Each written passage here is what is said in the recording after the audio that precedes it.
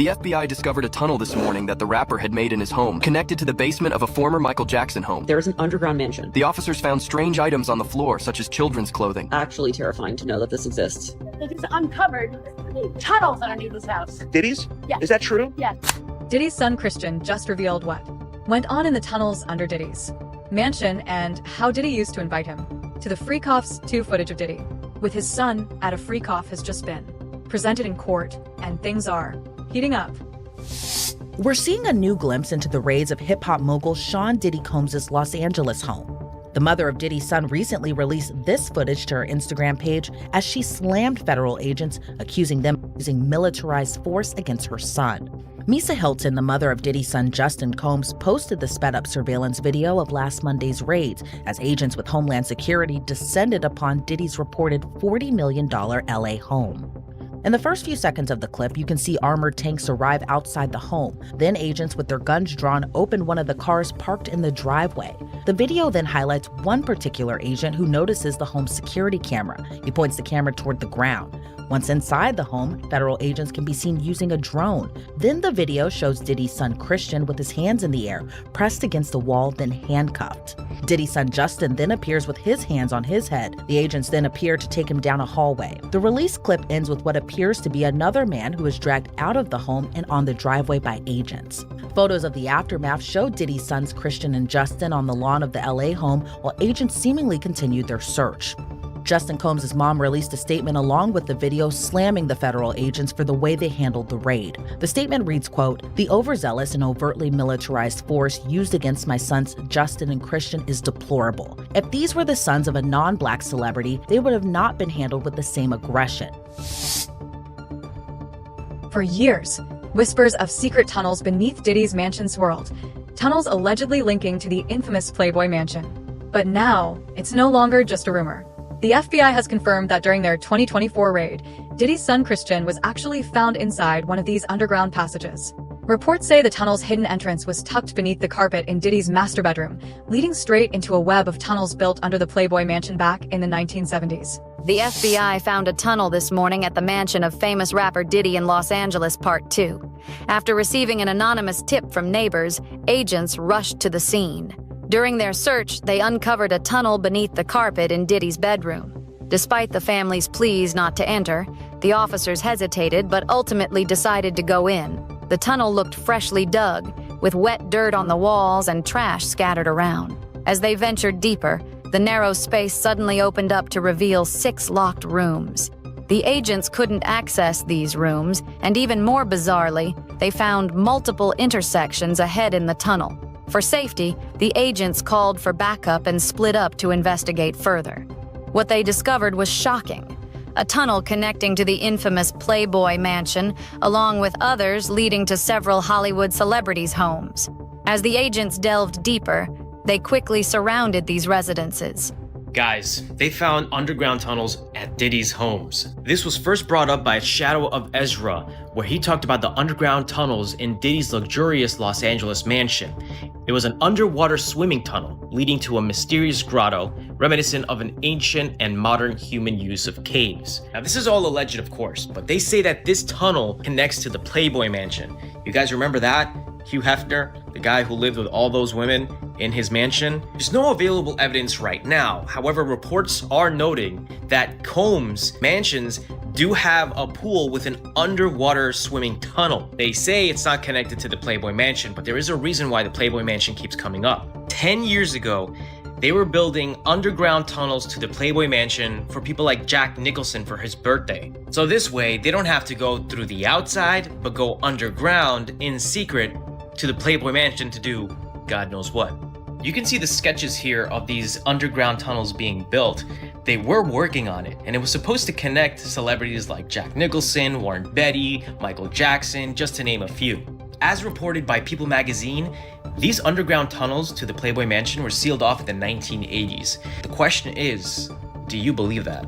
Stay safe and be smart. Diddy's mansions were first raided in March 2024, but it wasn't until 6 months later, in September, that he was finally arrested. According to leaked reports, investigators now believe Diddy used a hidden underground tunnel beneath his Miami mansion to escape. And that's not all. TMZ revealed that his LA property featured an underwater tunnel connecting the main buildings. This isn't just luxury, it's something far more sinister. Like the media and everyone is trying to say, no, there's no connection. Well, have you guys even figured out if there's a connection yet? I feel like authorities are so stuck in time in the past where like they say, oh, don't look into this, don't investigate this, these claims aren't real. But then we see social media sleuths put together these stories and solve investigations. I'm not saying the authorities aren't smart people, they can figure it out, but sometimes the help from the public can lead to, us actually figuring out the truth. But do the authorities want the truth? It really matters who's at the top and who they're trying to protect. Another conspiracy theory that circulated at the time of the raids was that Diddy escaped through an underground tunnel. I do believe he has an escape route planned when it comes to his Miami property because he can easily access the Bahamas through a boat. When it comes to his LA property, he might have a backup plan, which kind of explains these tunnels. In case you're wondering where Diddy hosted these parties, specifically the parties that took place underground, I was absolutely shocked to find out that there's an underground mansion with tennis courts, indoor pools, marble everything, a literal ballroom. And this checks out because Ali Carter was talking about this underground ballroom. Like, actually, imagine being 5 floors beneath the surface. Willing to bet there's no cell service. What are you gonna do? Scream, run?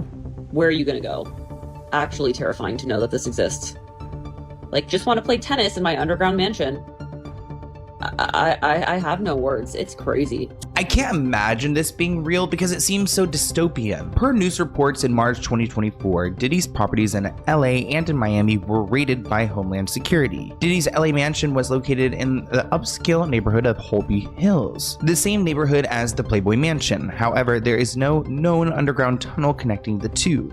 According to this report, people reported that the Playboy Mansion was rumored to have a series of underground tunnels that connected the mansion to other homes in the area. However, one staff member told the site that the tunnels were closed up in sometime in 1989. And I don't know why celebrities are so scared to acknowledge these tunnels. I feel like, oh yeah, there's underground tunnels.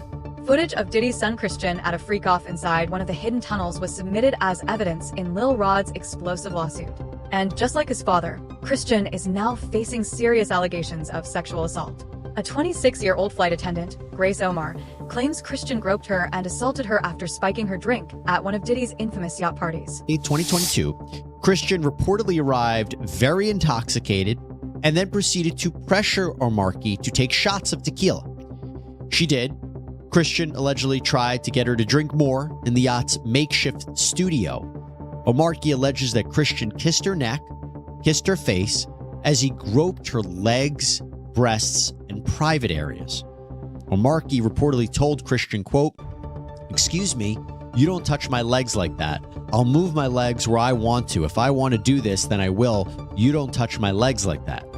Omarki then says that she told Christian she couldn't stay with him unless it was approved by a supervisor, all of whom she knew would be asleep at the time, so this was a way for her to get out of the situation.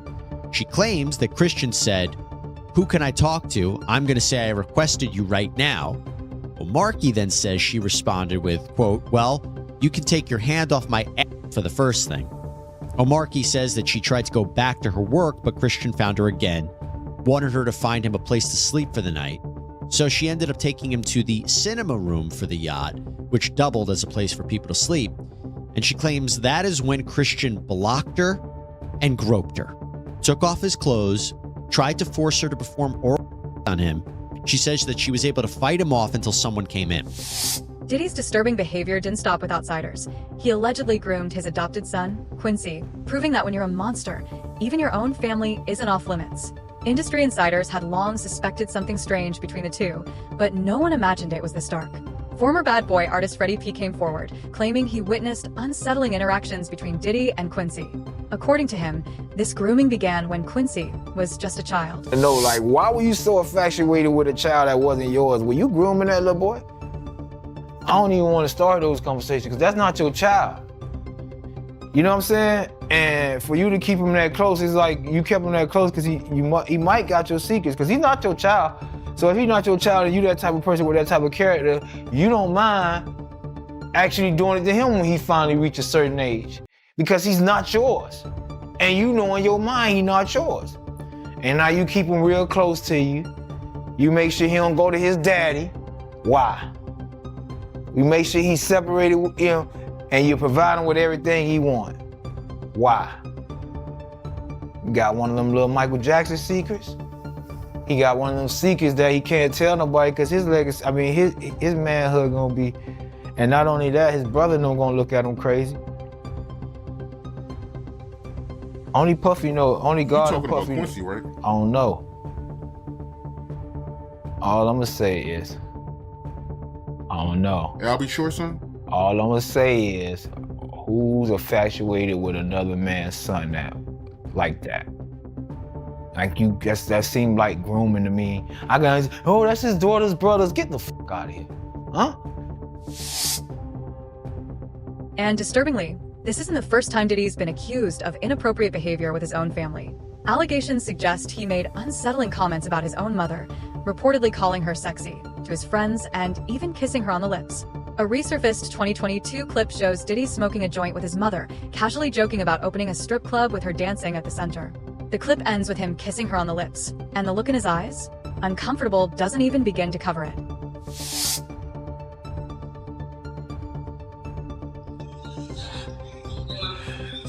Yeah, my mom's is gorgeous. Hold on, let me introduce you to my mom. We call Mom Dukes. Hi. She's getting a drip with me. She's hydrating. What's up, Ma? Everything's good, baby. I'm here with you. Yeah, I love you. I love you too.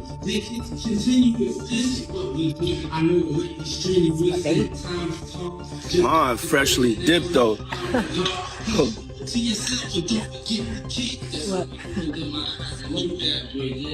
What you trying to do? Show my shoes? I was trying to show you the shoes.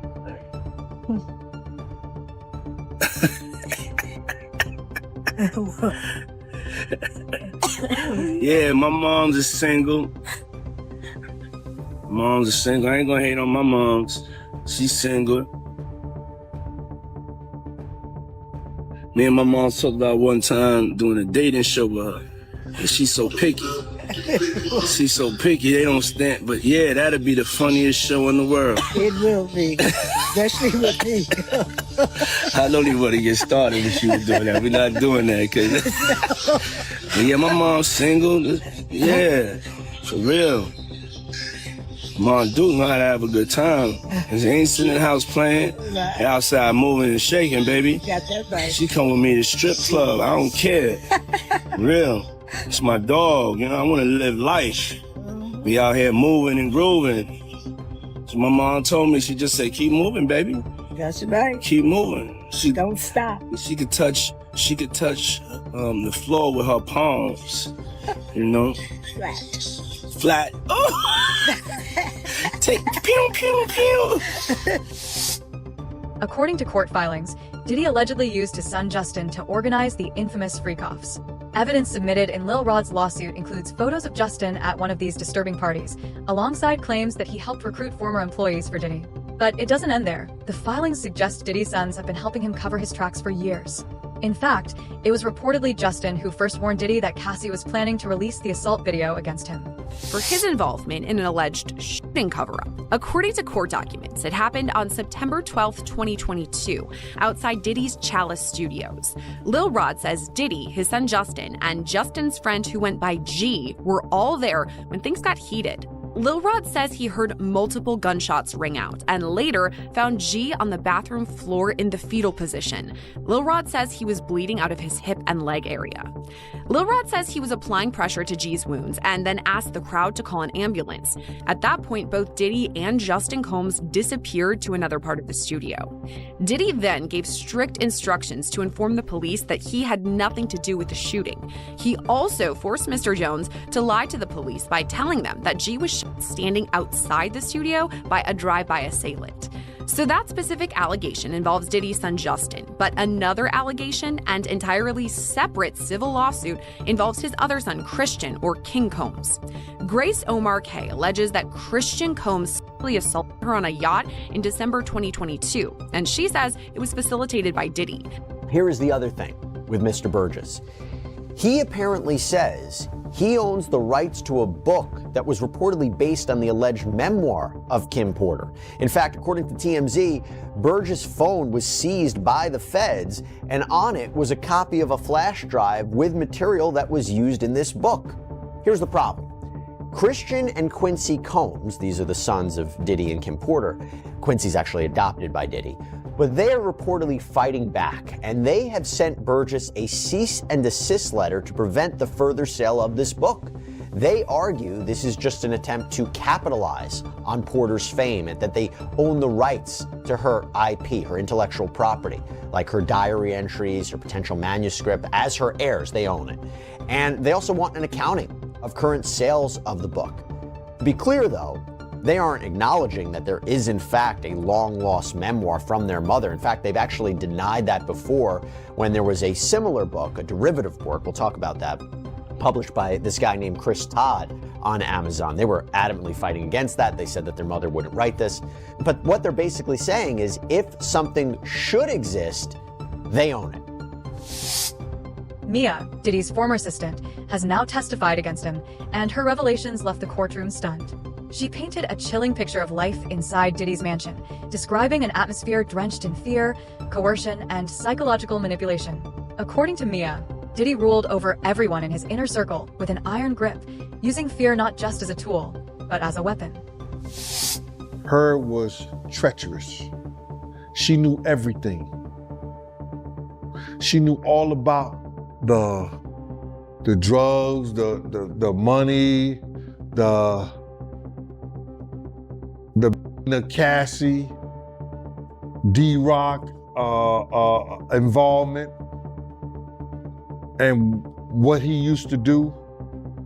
But the thing that was so crazy about it is that she said that Puff used to rip her repeatedly, damn near anytime he wanted to, all the time. Like several times she was ripped by him. It seemed like she had the jury crying. She was ripped by Puff, bruh. Now, what I know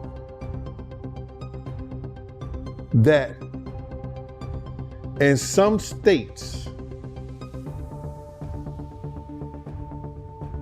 they do just like they do murder. In New York City, because in the States, you gotta realize the time that you could be charged with in most states is from 3 to 30 years. But there are 13 states that do the case just like it's murder. That there's no time limit on when you say or you come out and say somebody raped you. You understand what I'm saying? And New York State is one of them. So I was wondering, did she ever get raped in New York? Because if she did by Puff, the state could bring up that charges against them. The courtroom is on fire, and not in a good way. Just yesterday, the judge nearly had Diddy thrown out after catching him allegedly trying to communicate with the jury. As if that wasn't wild enough, reports are now swirling that one of the jurors might already be compromised. This trial is turning into a full-blown scandal. News. This is involving the Sean Combs trial. Senior national correspondent Laura Ingle is standing by with legal analyst Misty Maris. And Laura, you are learning Combs could potentially be removed from his trial and not allowed in the courtroom. What can you tell us? That's right, Nicole. This has just happened in the last few minutes, and this would be a huge development if he is removed for the rest of the trial. And what has happened here, as we are going through the cross-examination of one of Cassie Ventura's friends, who we've been telling you about, Brianna, who has been on the stand, Sean Combs has been, according to the judge, vigorously nodding during some of this engaging with jurors, or at least appearing that he's trying to, looking at jurors. That is not allowed. And as you mentioned, legal analyst Misty Maris is here. I'm just going to scoot her in. This is breaking news, so we're just bringing her right in because we're here at the courthouse together. You just came over to tell me what the judge said. Explain to us what this means. Yeah, so this was huge because what the judge admonished the defense team, saying that Combs had been engaging with the jury, meaning that he's making direct eye contact with the jury and having a reaction, nodding his head. The judge said this is jury interference. It's to influence the jury, and actually referenced that the defense was warned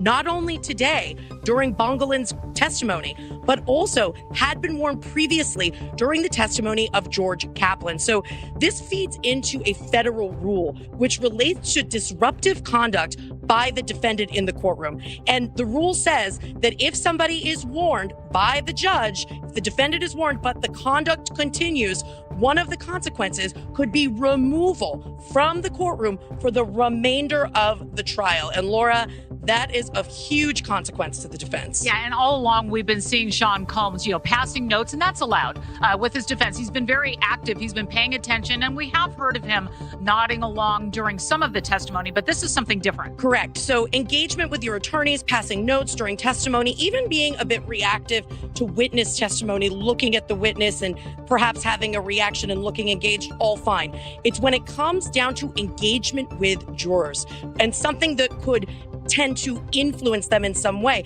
And what the court looks at is their influence or intimidation. Is that what the defendant is doing, and could it have that impact? So here the judge was taking a very strong stance. And keep in mind, from the defense perspective, that would be the most severe consequence, removal from the courtroom, because every defendant has the right to face their accusers. Juror number 6, busted. Turns out he lied about his identity and where he's from. But honestly, are we even surprised? Diddy might not be able to bury the evidence, but with enough cash, he just might sway the jury. It's giving trial for sale energy.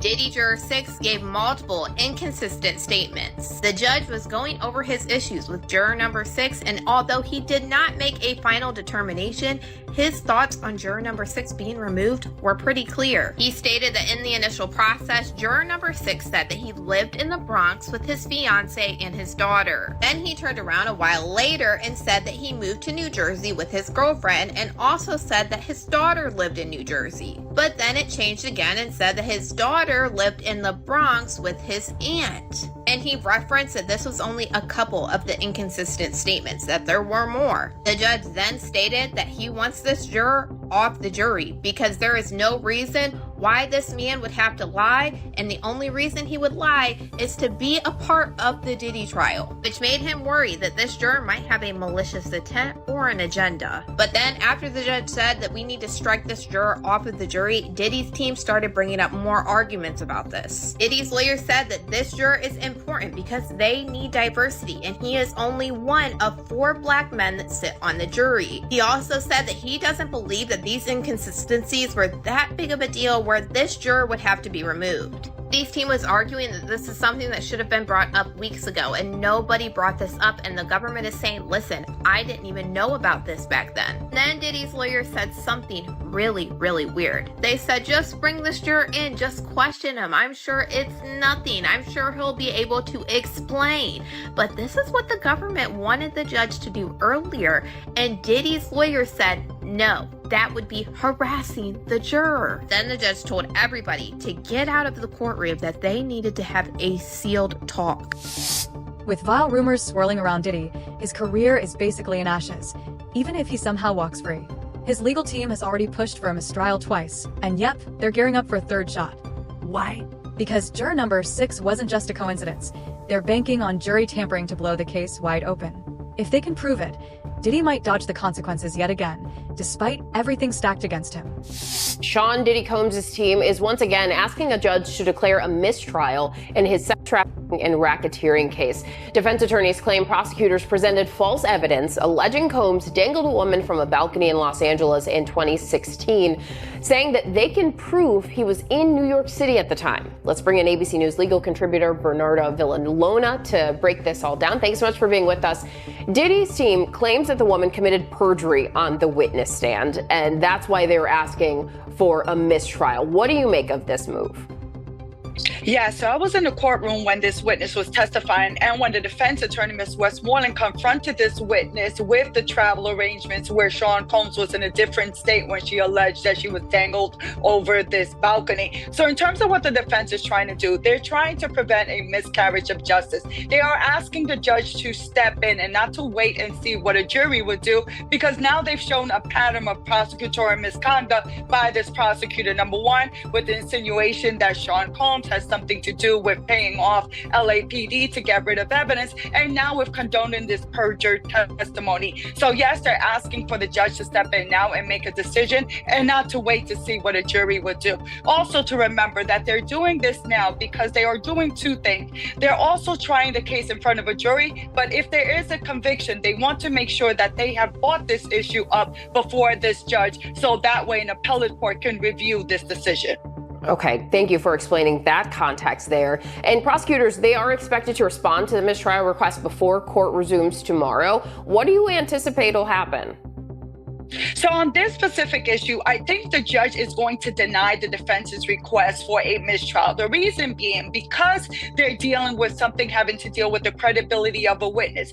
The jury is the finder of fact. They are the ones that determine the credibility of witnesses. So that being the case, the judge is going to say that it's up to the jury to determine the witness's credibility, that being of Cassie Ventura, and also of this witness that supposedly gave perjured testimony. So they're going to leave it. The judge is going to let the jury to decide and going to deny the defense's request.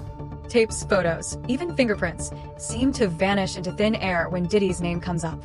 In the arson case, where Kid Cudi's car exploded, investigators actually found fingerprints at the scene. But guess what? Those prints were sent to the lab and then accidentally destroyed before anyone could ID them. Just bad luck, or another one of Diddy's disappearing tricks. Court has adjourned today in the sex trafficking and racketeering trial of Sean Diddy Combs. Today, the defense requested a mistrial following testimony from an LA arson investigator, but the judge denied the request. ABC's Rena Roy has the latest.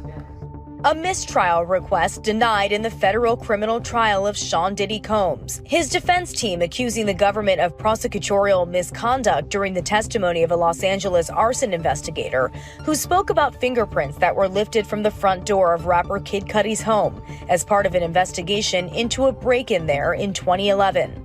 The investigator testifying that those fingerprints were destroyed, and when prosecutors asked the investigator if that was unusual, the defense accused them of trying to plant the idea that Combs was responsible. The overall implication, according to the defense, is that somehow Sean Combs created that disappearance. The defense moved for a mistrial, and they moved for it because what they said is it's unduly prejudiced, because this is the whole theory of what the prosecution is putting forth, is that he has this control and can make these investigations disappear. Instead, the judge striking that part of the testimony, telling jurors to disregard it.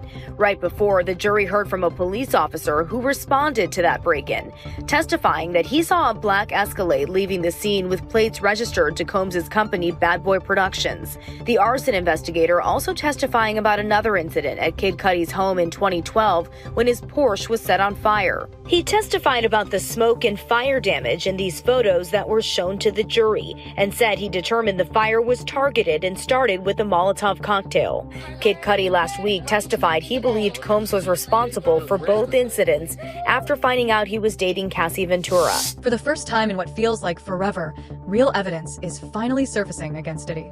Photos from the day of his arrest have hit the public, and they're wild. Inside his hotel room, bags full of drugs, bottles of baby oil, and straight-up firearms. It's not just rumors anymore, it's getting real.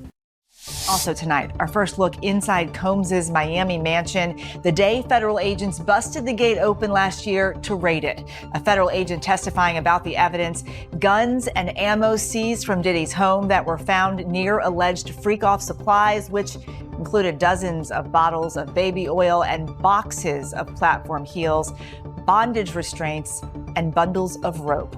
Also photographed as evidence that day, motivational messages on Combs' bathroom mirror that included "You a legend" and "Upward motion," and drugs. Lots of drugs, including ones found in plastic bags inside a Gucci bag, and orange tablets with the Tesla logo that tested positive for LSD. If Diddy walks free, it won't be because he's innocent. It'll be because he bought the system. But the truth's out now. No matter how deep those tunnels go, there's no hiding anymore. This trial isn't just about Diddy. It's about the entire industry that shielded him. And now, it's being dragged into the spotlight, kicking and screaming. So, what do you think? Is justice even possible when the system's up for sale?